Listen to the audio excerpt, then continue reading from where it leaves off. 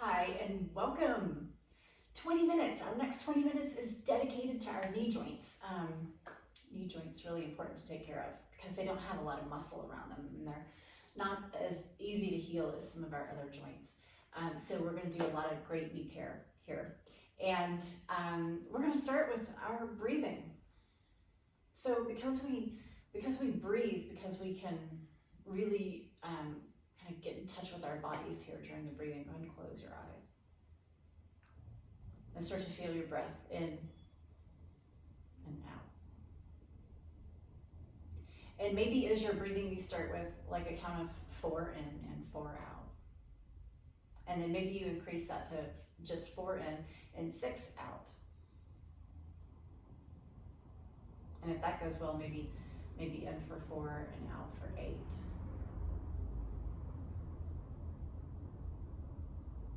In for 4 and out for 10.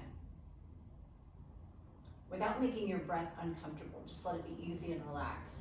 So if these numbers are getting a little too high, you just bring it back. Be where you're at today. The idea is we're working our way up to in for 4, out for 12. And this not only calms the nervous system, but it gets us really in touch with our bodies, like we can begin to feel more grounded.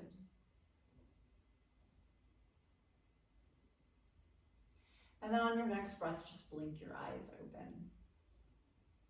All right, so we're gonna start off with some knee soothers. These are formulated to help the body produce more joint fluid in the knee. And the knee heavily relies on joint fluid, so we always wanna do that every chance we get, especially if you are dealing with some knee tweakiness or knee injuries. Good thing to do. So inside of the feet are together, inside of the knees are together, and we're gonna roll the knees around in a big little circle around the ankles. That's kind of what it is. You definitely want to keep the knees together. Big piece of this. Reverse.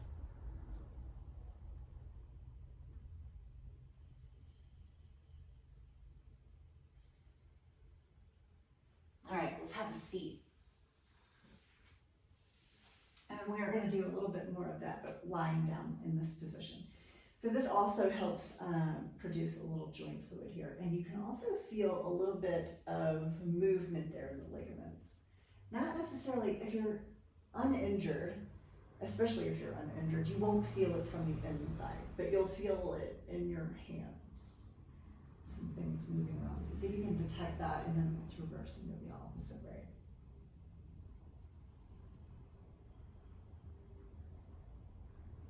And this is a super gentle way to kind of get a little bit of movement going through those ligaments too.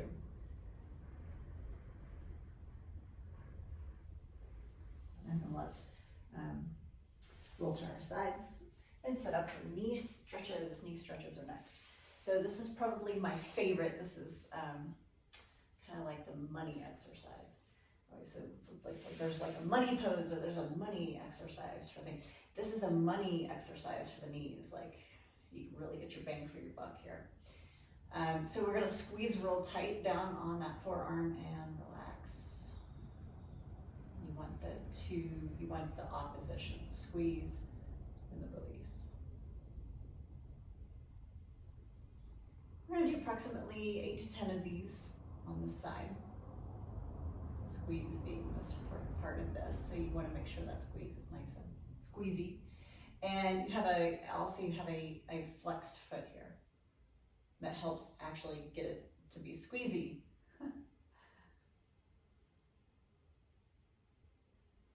And then we're going to take it over to the other side.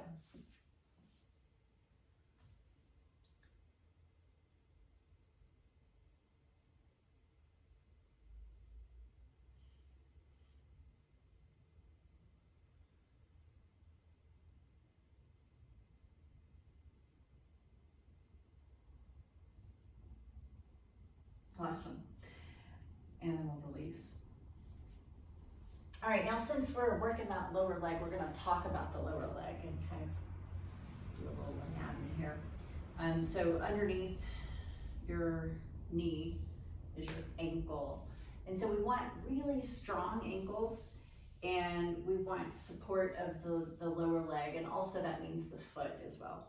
So we're gonna find a muscle called Fibularis, and it's kind of at the bottom. But if you just kind of put your fingers off to the side here a little bit, and when you flex your foot up, you feel this kind of working here toward the outside.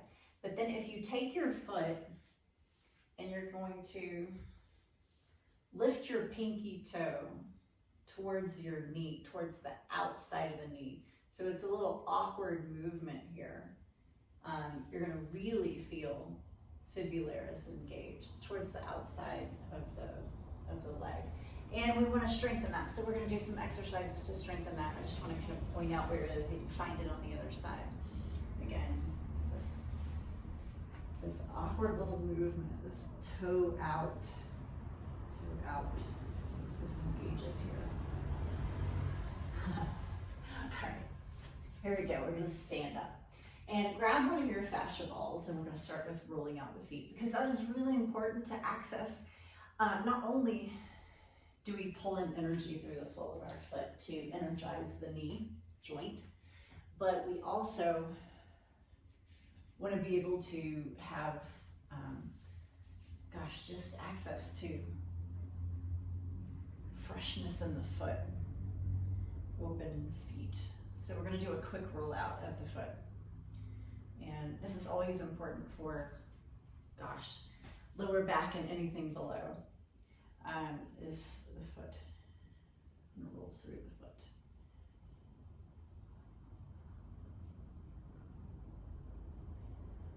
And I bet you didn't know feet were so important for the knee joint, but feet are very important for the knee joint. Again, a lot of the energy that we pull into the body comes up through the sole of the foot. So if we have a lot of tension, or we're not able to pull that energy and the feet aren't open for that energetic pull, then we don't get as much energy to that knee joint. Now the toes are going to be up against the ball here. We're going to do 3 little walk forwards as we peel up through here. We're going to get a little stretch through the plantar fascia of the foot.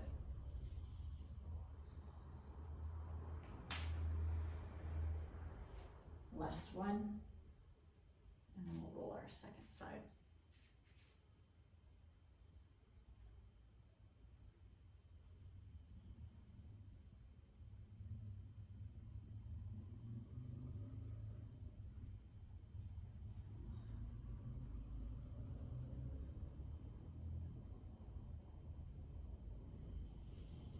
All right, toes up against the ball, and we walk forward.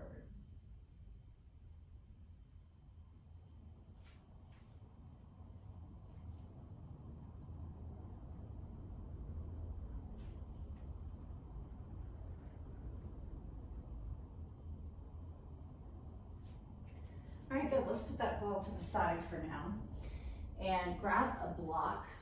So this is going to be kind of like a little calf stretch, but we're also going to do some movement to strengthen that fibularis muscle.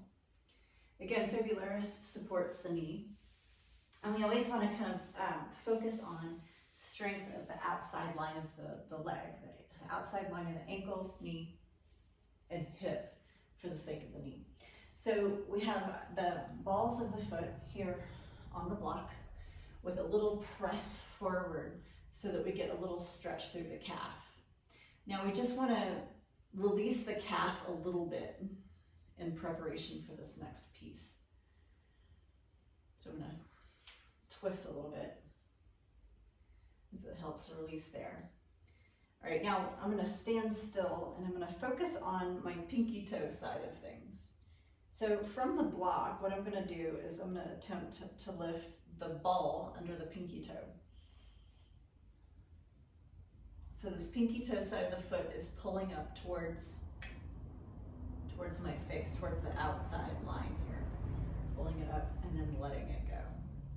And then again, I'm going to pull it up. I'm going to let it go. I'm going to pull it up again. I'm going to let it go, and then I'm going to pull it up one more time. Okay, let's let that go. And You might be able to tell just from a quick little balance how stabilizing that is. You want stable feet and ankles for the sake of your knees. Here we go for our side and side. Pinky toe side. There we go. I can say those words. Pinky toe side pulls up.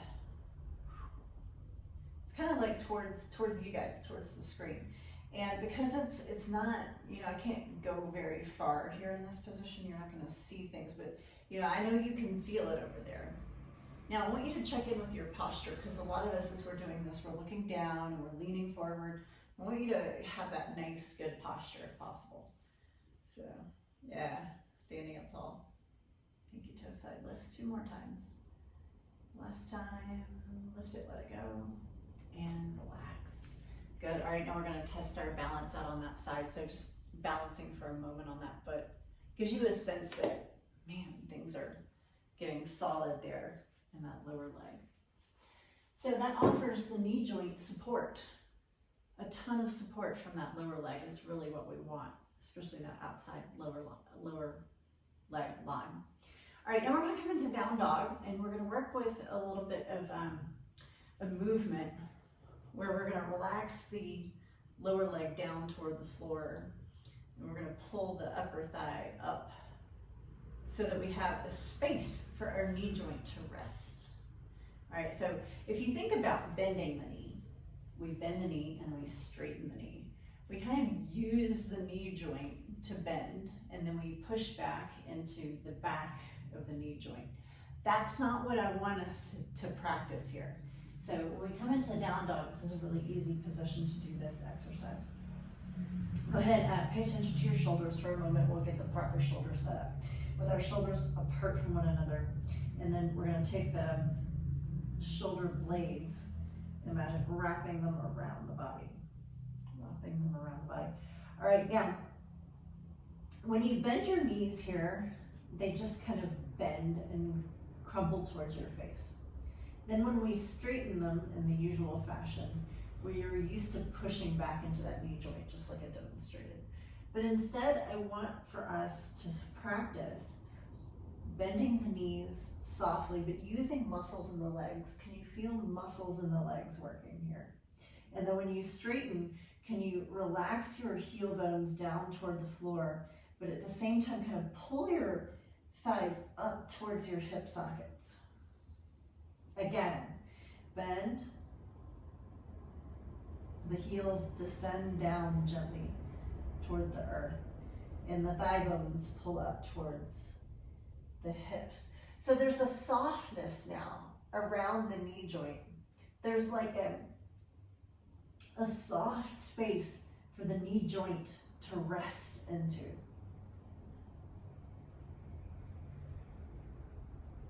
And it's a different feeling sensation, isn't it? It's a different world. One more.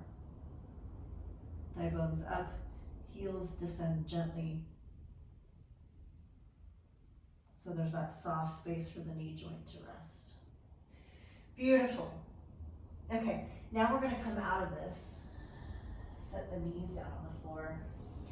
And we're going to have a seat. We're going to have a seat, and we're going to grab a strap or a washcloth if you have one nearby, and we're going to work one leg at a time. So what we're going to do here is we're going to take this, we're going to fold it up into several widths. That's how I'm working this. But if you have a washcloth, fold it in half and roll it up like a little tube. And what we're going to do with those, we're going to stick it in the knee joint itself.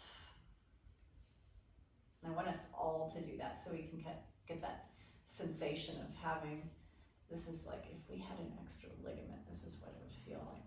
So we're going to take this into the right knee pit, and then we're going to relax the knee toward the floor. Now what I have here, I have fairly flexible feet and ankles, but the thing is that you may or may not, and so work with me here.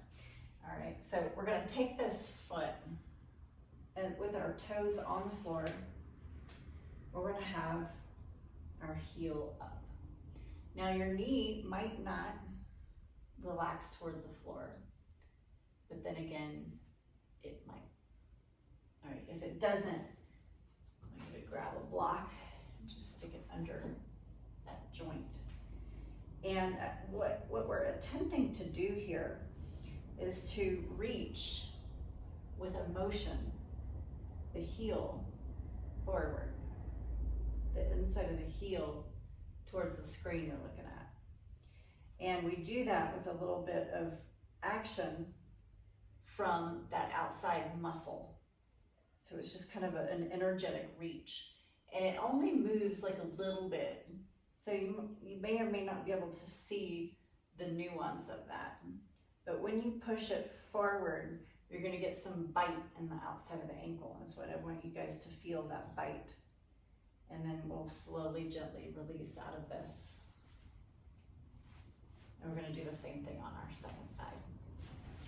The little extra ligament here, this just protects the knee joint so that if you do have anything going on in that knee joint, you're safer. All right, so here we are. We push that heel forward. It's an energetic pressing, and it is for that outside line, that outside muscle to do that work. You might be able to feel that a little bit. All right, and then we'll gently come out.